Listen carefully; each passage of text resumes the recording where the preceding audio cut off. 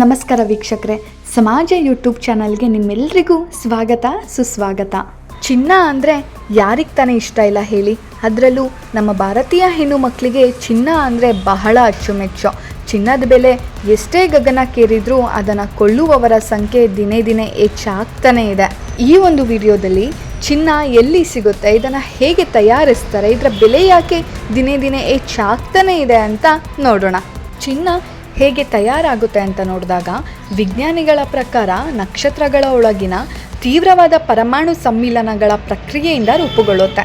ದೊಡ್ಡ ನಕ್ಷತ್ರಗಳು ಸ್ಫೋಟ ಆದಾಗ, ಇಲ್ಲ ಅಂದರೆ ನ್ಯೂಟ್ರಾನ್ ನಕ್ಷತ್ರಗಳು ಡಿಕ್ಕಿ ಹೊಡೆದಾಗ ಬಂಗಾರದಂತಹ ಭಾರವಾದ ಲೋಹಗಳು ಉತ್ಪತ್ತಿಯಾಗತ್ತೆ.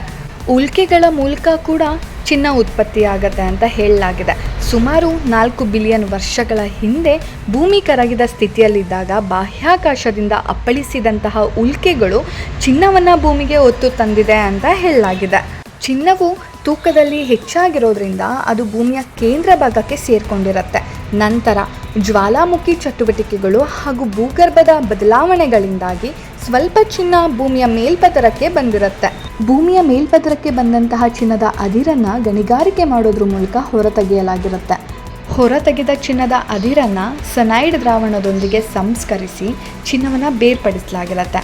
ನಂತರ ಮಿಲೈನ ಅಥವಾ ಓಲ್ವಿನ್ ಪ್ರಕ್ರಿಯೆ ಮೂಲಕ ಅದನ್ನು 99.99% ಶುದ್ಧೀಕರಣಗೊಳಿಸಲಾಗಿರುತ್ತೆ. ಈ ರೀತಿ ಶುದ್ಧೀಕರಣಗೊಂಡಂತಹ ಚಿನ್ನವನ್ನು ಪ್ರಪಂಚದಲ್ಲಿ 50%ಗಿಂತಲೂ ಹೆಚ್ಚಾಗಿ ಆಭರಣ ತಯಾರಿಕೆಯಲ್ಲಿ ಬಳಕೆ ಮಾಡಲಾಗಿದೆ. ಎಲೆಕ್ಟ್ರಾನಿಕ್ ಉದ್ಯಮ ಅಂತ ನೋಡಿದಾಗ ಕಂಪ್ಯೂಟರ್ಗಳು, ಸ್ಮಾರ್ಟ್ಫೋನ್ಗಳು, USB ಕೇಬಲ್ಗಳು ಹಾಗೂ ಇನ್ನಿತರ ಎಲೆಕ್ಟ್ರಾನಿಕ್ ಸಾಧನಗಳ ಸಂಪರ್ಕಗಳಾಗಿಯೂ ಕೂಡ ಬಳಕೆ ಮಾಡಲಾಗಿದೆ.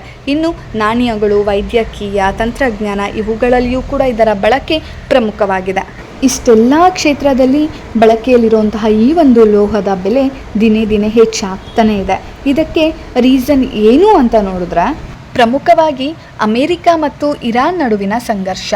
ಹೌದು, ಜಗತ್ತಿನಲ್ಲಿ ಯುದ್ಧದ ಭೀತಿಯಿಂದಾಗಿ ಹೂಡಿಕೆದಾರರು ಷೇರು ಮಾರುಕಟ್ಟೆಯಿಂದ ಹಿಂದೆ ಸರಿದು ಸುರಕ್ಷಿತ ಹೂಡಿಕೆ ಎಂದು ನಂಬಲಾಗಿರುವಂತಹ ಚಿನ್ನದ ಮೇಲೆ ಹೂಡಿಕೆ ಮಾಡೋದಕ್ಕೆ ಮುಂದಾಗ್ತಾ ಇದ್ದಾರೆ. ಡಾಲರ್ ಮೌಲ್ಯ ಕುಸಿತ.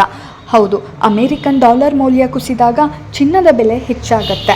ಜಾಗತಿಕ ಮಟ್ಟದಲ್ಲಿ ಚಿನ್ನವನ್ನು ಡಾಲರ್ನಲ್ಲಿ ವ್ಯಾಪಾರ ಮಾಡೋದ್ರಿಂದ ಡಾಲರ್ ದುರ್ಬಲಗೊಂಡಾಗ ಚಿನ್ನದ ಬೆಲೆ ಏರಿಕೆ ಆಗತ್ತೆ. ಮತ್ತು ಹಣದುಬ್ಬರ.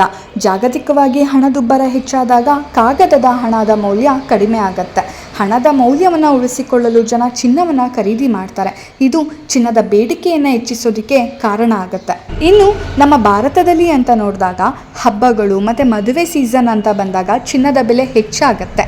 ಹೆಚ್ಚಿನ ಬೇಡಿಕೆ ಮತ್ತು ಕಡಿಮೆ ಪೂರೈಕೆಯಿಂದ ಕೂಡ ಚಿನ್ನದ ಬೆಲೆ ಏರಿಕೆ ಆಗತ್ತೆ. ಚಿನ್ನದ ಬೆಲೆ ಜಾಸ್ತಿ ಆಯಿತು ಅಂತ ಇದನ್ನು ಕೊಳ್ಳುವವರ ಸಂಖ್ಯೆಯೂ ಕಡಿಮೆ ಆಗಿಲ್ಲ. ಆದರೆ ದಿನೇ ದಿನೇ ಚಿನ್ನದ ನಿಕ್ಷೇಪಗಳು ಕಡಿಮೆ ಆಗ್ತಾ ಇದ್ದಾವೆ. ಇದಿಷ್ಟು ಇವತ್ತಿನ ವಿಡಿಯೋ ಇಷ್ಟ ಆಗಿದ್ರೆ ಲೈಕ್, ಶೇರ್, ಕಮೆಂಟ್ ಮಾಡಿ ಹಾಗೂ ಸಬ್ಸ್ಕ್ರೈಬ್ ಮಾಡೋದನ್ನ ಮರಿಬೇಡಿ. Thank you.